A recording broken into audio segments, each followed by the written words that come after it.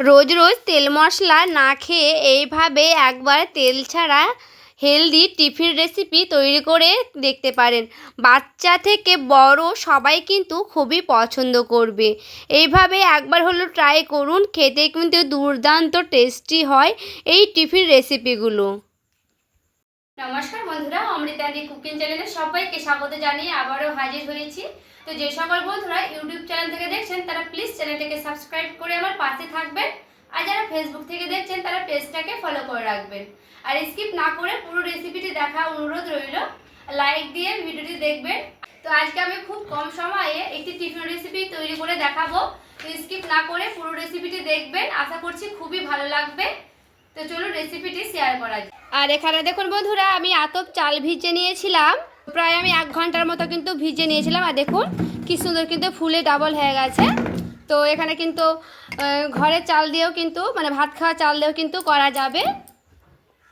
তো আতপ চালটা দিয়ে কিন্তু বেশি ভালো হয়। তো আমি কিন্তু এখানে জলটা ছেঁকে ছেঁকে দিয়ে দিচ্ছি সেই মিক্সিং বলে। আর এখানে দেখুন 1 বাটির মতো দিয়ে দিচ্ছি সুজি, দিয়ে দিচ্ছি আমি 1 বাটির মতো টক দই। পরে খুব সুন্দর করে একটা পেস্ট করে নিচ্ছি।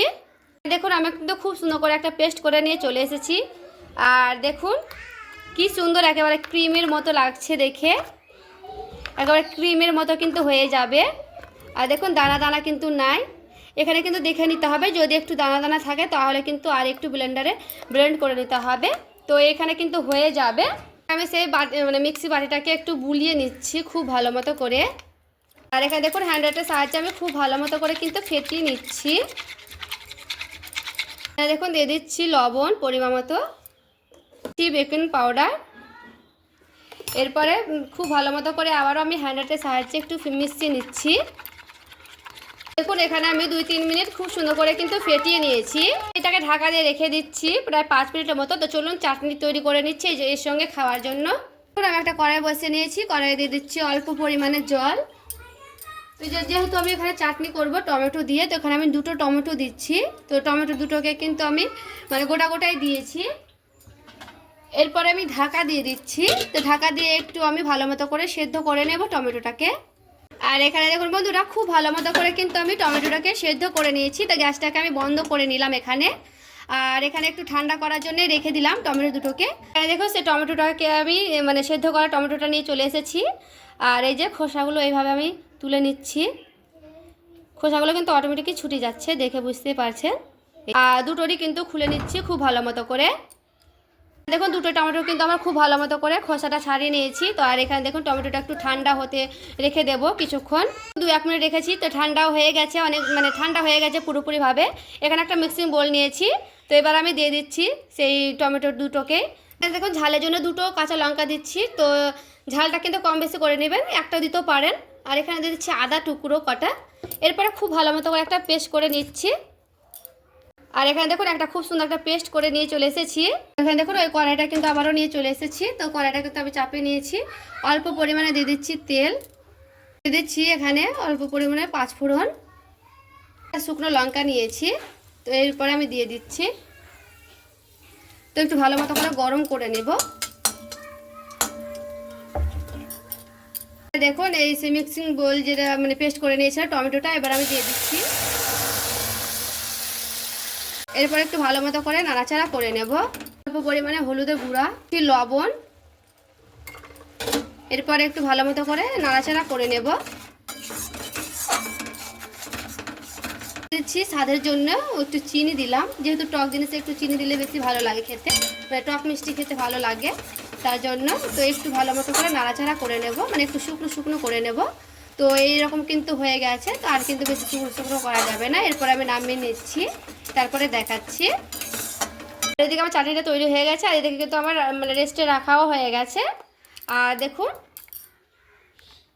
এই যে দেখুন ব্যাটারটা কি সুন্দর কিন্তু একেবারে ঘনত্ব রয়েছে, দেখে কিন্তু বুঝতেই পারছে।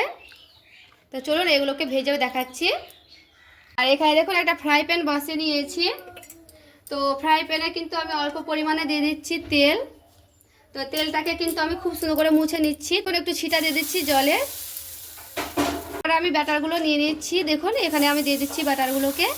তো এখানে আমি অল্প এইভাবে মানে সেই ডাবু হাতার পেছনটা দিয়ে একটু এইভাবে আমি চাপ দিয়ে দিচ্ছি, চাপ দিয়ে এইভাবে ঘুরিয়ে ঘুরিয়ে নিচ্ছি। তো এরপর আমি দিয়ে দিচ্ছি ঢাকা। আর দেখুন ঢাকনাটা আমি উঠিয়ে নিলাম। আর এই যে দেখুন পুরোপুরিভাবে কিন্তু সেদ্ধ হয়ে গেছে, দেখে বুঝতে পারছেন। এরপর আমি এইভাবে হালকা করে এইভাবে তুলে নেব। আর দেখুন কি সুন্দর কিন্তু হয়েছে। এই যে দেখুন বন্ধুরা, খুব সুন্দর করে কিন্তু টিফিনটা উঠে গেছে। টিফিনটা দেখুন দেখতে কতটা সুন্দর হয়েছে। তো এটা আমি নামিয়ে নিচ্ছি। দেখুন আবারও আমি কিন্তু দিয়ে দিচ্ছি। তো এখানে আমি 2 ডাবু করেই দিলাম। তো আবারও কিন্তু এভাবে একটু ঘুরিয়ে নিলাম। তো আবার আমি ঢাকা দিয়ে দিচ্ছি। এইভাবে সবগুলো কিন্তু আমি টিফিন বানিয়ে নিচ্ছি, তারপরে আবারও দেখাচ্ছি। আবারও দেখুন আমি আবারও কিন্তু আছে। আর দেখুন দেখতে কতটা সুন্দর হয়েছে। তো কিন্তু আমার এইভাবে টিফিনগুলো রেডি করে নিচ্ছি সবগুলোই। আবারও দেখুন করে নিয়ে চলে এসেছি, আবারও কিন্তু উঠিয়ে নিলাম। দেখুন বন্ধুরা, টিফিনগুলো কিন্তু নামিয়ে নিয়ে চলে এসেছি। আর দেখতে দেখুন কতটা সুন্দর হয়েছে, একেবারে কিন্তু ফুটো ফুটো হয়েছে, দেখে কিন্তু বুঝতেই পারছেন। তো সবগুলো টিফিন কিন্তু খুব ভালো মতো করে বানিয়ে নিয়েছি। সবগুলো কিন্তু খুব সুন্দর হয়েছে, পারফেক্টভাবে, দেখে বুঝতেই পারছেন। তো বন্ধুরা, আজকের আমার এই টিফিন রেসিপিটি কেমন লেগেছে আপনাদের অবশ্যই আমাকে কমেন্ট করে জানাতে ভুলবেন না। আর এই যে দেখুন এখানে নিয়ে নিয়েছি সে চাটনি। আর চাটনিটা দেখুন দেখতে কতটা লোভনীয় হয়েছে। এইভাবে চাটনি বাড়িতে তৈরি করে কিন্তু যে কোনো টিফিনের সঙ্গে খেতে পারবেন এইভাবে চাটনিটা বানিয়ে। চাটনিটা কিন্তু খেতে খুবই ভালো হয়। তো বন্ধুরা, আজকের আমার এই টিফিন রেসিপিটি ভালো লেগে থাকলে প্লিজ একটি লাইক করবেন আর বন্ধুদের সঙ্গে শেয়ার করে দিবেন। আর দেখুন আমি একটা ছিঁড়েও দেখাচ্ছি টিফিনগুলো কতটা নরম সফট হয়েছে, দেখে বুঝতেই পারছেন। এই যে দেখুন কি সুন্দর, একেবারে কিন্তু নরম সফট হয়েছে, খেতে কিন্তু দারুণ লাগে। আর এইভাবে কিন্তু চাটনির সঙ্গে খেতে কিন্তু দারুণ হয় এই টিফিন রেসিপিটি। তো বন্ধুরা, ভালো লেগে থাকলে প্লিজ একটু লাইক করবেন, চ্যানেলটিকে সাবস্ক্রাইব করে আমার পাশেই থাকবেন। তো দেখা হচ্ছে আরও একটি রেসিপির সঙ্গে। সবাই ভালো থাকবেন, সুস্থ থাকবেন।